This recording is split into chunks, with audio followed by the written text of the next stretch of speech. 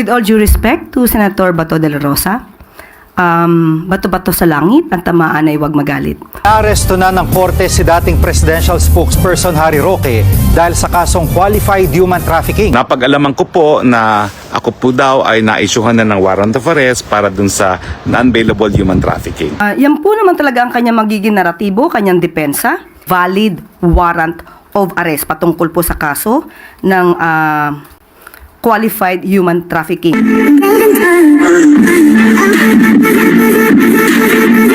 Naaresto na ng korte si dating presidential spokesperson Harry Roque dahil sa kasong qualified human trafficking. Inilabas ang Angeles, Pampanga Regional Trial Court Branch 118 ang warrant of arrest laban kay Roque. Walang piyansa ang kasong sinampa. Tinawag naman ni Roque na hindi makatarungang pag-uusig ang inilabas sa arrest warrant. Isasama niya raw ito sa hinihingi niyang asylum sa the Netherlands. Dagdag pa ni Roque, biktima siya ng political persecution ng gobyernong Marcos dahil kaalyado siya ng mga Duterte. Napag-alaman ko po na ako po daw ay naisyuhan na ng warrant of arrest para dun sa non-bailable human trafficking.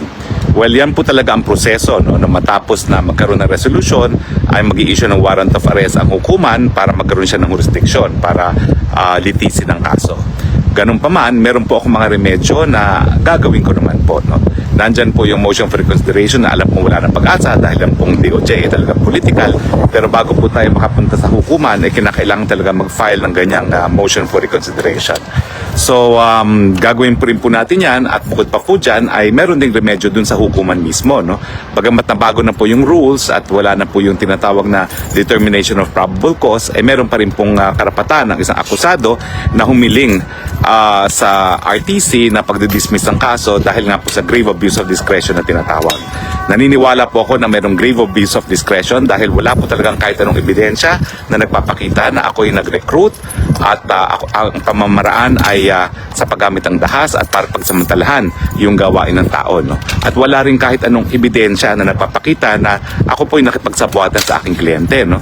Ang aking tanging aksyon na naging basihan ng pagsampa ng kaso sa akin ay yung pag-follow up po daw doon sa lisensya ng Lucky South 99 na request sa akin ng aking kliyente na si Cassandra Ong. Naniniwala po ako na delikado itong ganitong desisyon dahil wala na pong abogado na talagang magsisiguro na kanilang mga kliyente ay sang-ayon lahat ng ginagawa nila sa batas. No? Dahil lang ating pagpa-follow up lang naman po ay para masigurado nga po na legal ang operasyon ng umuupa doon sa pag-aari ng aking kliyente na si Whirlwind Corporation. Dahil kung yan po ay illegal, pati po yung aking kliyente ay madadawit nga sa mga illegal na gawain. Hindi po yan kriminal, gawaing abogado po yan. So naniniwala po ako na itong kasong ito talaga ay paggigipit sa akin dahil sa aking political na paninindigan, dahil sa aking walang tinag na pagsusuporta sa mga Duterte at naniniwala po ako na ito'y dahilan para magpalakas pa dito sa aking aplikasyon sa asylum dito po sa bansang Netherlands. So ako po'y uulitin ko, gagawin ko po ang lahat ng remedyo sang-ayon po sa ating batas para mapawalang bisa itong impormasyon labang sa akin for qualified trafficking at inuulit ko po wala po akong kahit sinong recruit at wala pong kahit anong ebidensyong sabuatan at ang tanging dinidiin nila laban sa akin ay yung pagiging abogado ko, pagpa-follow up, pagsisiguro na ang operasyon na umuupa sa kumpanyang aking kliyente ay legal. Sa akin po, hindi po yan kasalanan. Yan po yung obligasyong ubigang. Yan na ginawa ng isang abogado para kay ka pa magkakaroon ng abogado. Ang gusto mo nga is kukuha ka ng abogado para legal ang lahat ng mga hakbang na gagawin ng mga kliyente. So wag po kayong mag-alala, napakadami pa pong remedyo na ating gagawin at samantala po ay talaga naman pong habang nakapinpin ang aking petition for asylum, hindi po sila magtatagumpay na ako po ay i-extradite pabalik ng Pilipinas dahil sang-ayon po dun sa tinatawag na right to non-refuma sa ilalim ng international law, hindi po ako po pwedeng ma-deport back sa Pilipinas hanggang hindi matapos yung desisyon ng bansang Netherlands kung ako nga po ay bibigyan ng asylum o hindi. At naniniwala po ako na ang pagsampa ng non-bailable case sa dahilan na ako daw po ay nag-follow up ng isang lisensya sa isang pogo na dati-rate ay legal ay hindi po dahilan para magkaroon ng isang non-bailable charge. So maraming salamat po sa inyong patuloy na suporta at makakaasa po kayo Wala po tayong tinatakasan, pati po yung pagsampa ng ating asylum, sang-ayon po yan sa karapatang pantao. Maraming salamat po. Magandang umaga, Yusek. Yusek, about the issuance of arrest warrant against former presidential spokesperson Attorney Harry Roque.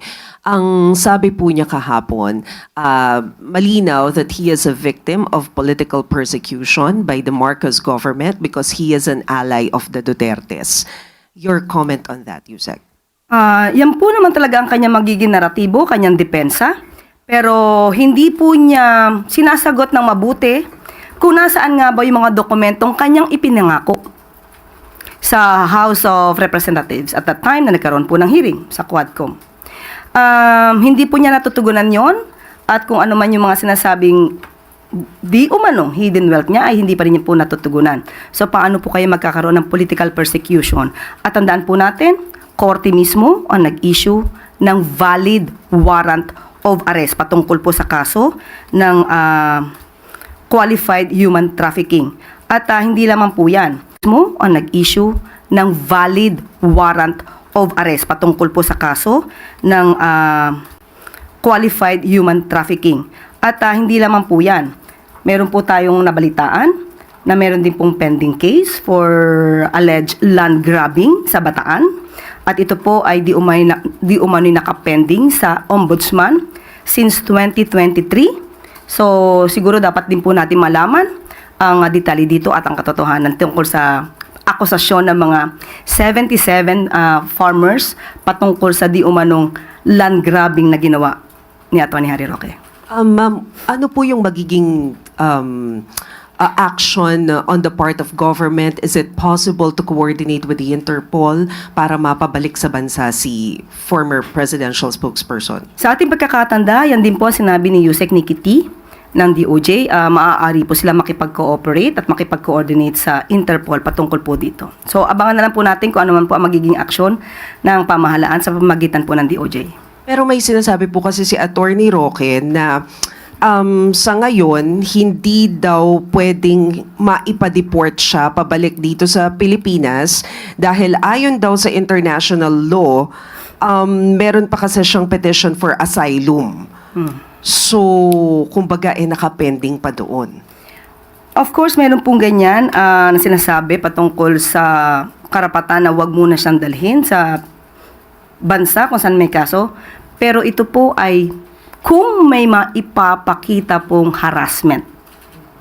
Kung wala po siya mapapakitang harassment mula sa gobyerno at maipapatunayan na ang mga kasong ito ay legal na nasampa at may mga basihan para siya ay ma-issuehan ng warrant of arrest, hindi po tayo maniniwala na hindi siya maaaring dalhin sa Pilipinas. Thank you, Yusek. Follow-up question, Maris Umali, GMA7. So, ma'am, ibig sabihin, even, kasi yun po yung ini-insist niya when we were at The Hague before, ang sinasabi niya, it is part of the provision as an applicant for a political asylum seeker that hindi siya pwedeng galawin at all. Hindi siya pwedeng ipa-deport, hindi siya pwedeng arestuhin. Kumbaga, he is untouchable as a political asylum seeker.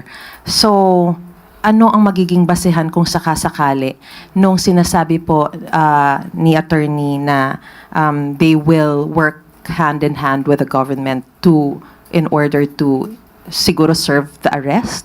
Siya po ang nagsampa ng kanyang petition for asylum. So, dapat po, para hindi po siya maaresto since may valid warrant of arrest na inisyo ang ating bansa, siya po ang dapat magpatunay na ang pagkuha sa kanya, gamit man ang Interpol or kooperasyon sa Interpol, siya magpatunay ang pagdala dito sa Pilipinas ay because of mere harassment. So, may condition po yun. Hindi po yun statement na hindi ka pwedeng hulihin, basta-basta, kung meron naman pong valid warrant of arrest at may kaso siyang dapat kaharapin, hindi po siya dapat magtago sa kanyang petition for asylum. Thank you, ma'am. Next question, Tristan Nadalo, Newswatch. Morning, Yusek. Ma'am, baka gusto lang pong i-clarify ng Malacanang kung totoo or hindi po ito. Kasi may mga lumabas po sa social media yesterday. Ang sinasabi po ay yung latest message daw po ni Pangulong Marcos ay ayaw niya ng impeachment ni VP Sara at inutusan ng gabinete na atupagin ang serbisyo. Can Malacanang verify kung totoo po itong lumabas na mga mensaheng ganito? Ang mabe-verify ko po sa inyo, totoo pong pinag-utos ng Pangulo na dapat asekusuhin po namin ang trabaho. Dapat madaliin po ang pag-i-implement ng mga proyekto na nais niya para sa taong bayan.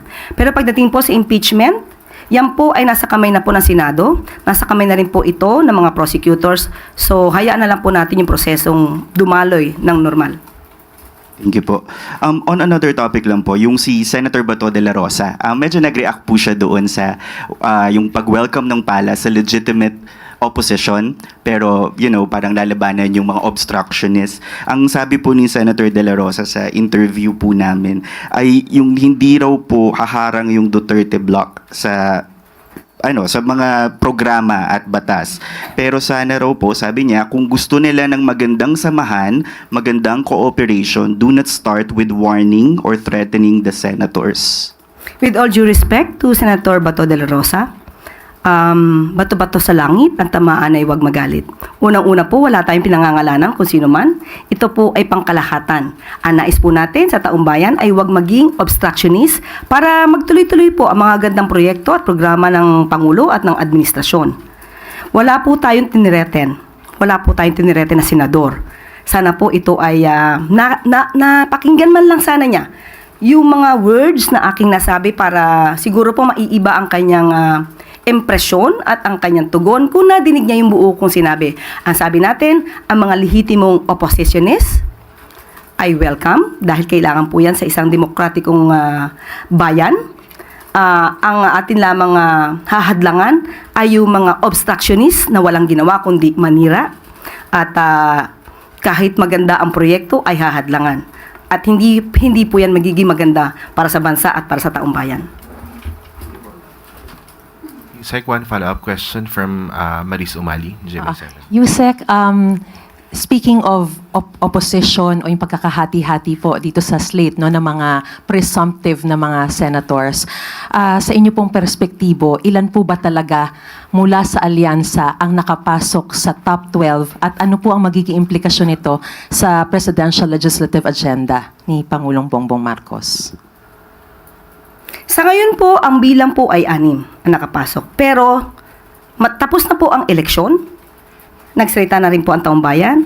Sa paningin po ng Pangulo, wala na pong alyansa, wala pong PDP, walang anumang kulay ng politika. Dapat lahat po na nahalal ay magkaisa-isa, magkaroon po ng kooperasyon. Ito naman po ay para sa taong bayan. Huwag naman po na sana laging politika ang pinag-uusapan at hindi po tayo makakakilos at makakausad kung puro pamumulitika at pang-iintriga ang gagawin natin sa pamahalaan. At dahil ma'am, wala na pong mga linya o wala na pong alyansa, wala ng PDP and all, ano po ang implikasyon nito sa presidential legislative agenda? Of course, mas nanaisin po ng ating Pangulo na kung ano man po yung maganda niyang proyekto ay isang ayunan ng mga mambabatas para po hindi tayo mahirapan sa pagkuha ng budget para po sa taong bayan. Hindi po hadlang din ang Pangulo kung ano man po ang kanilang mga suhestyon.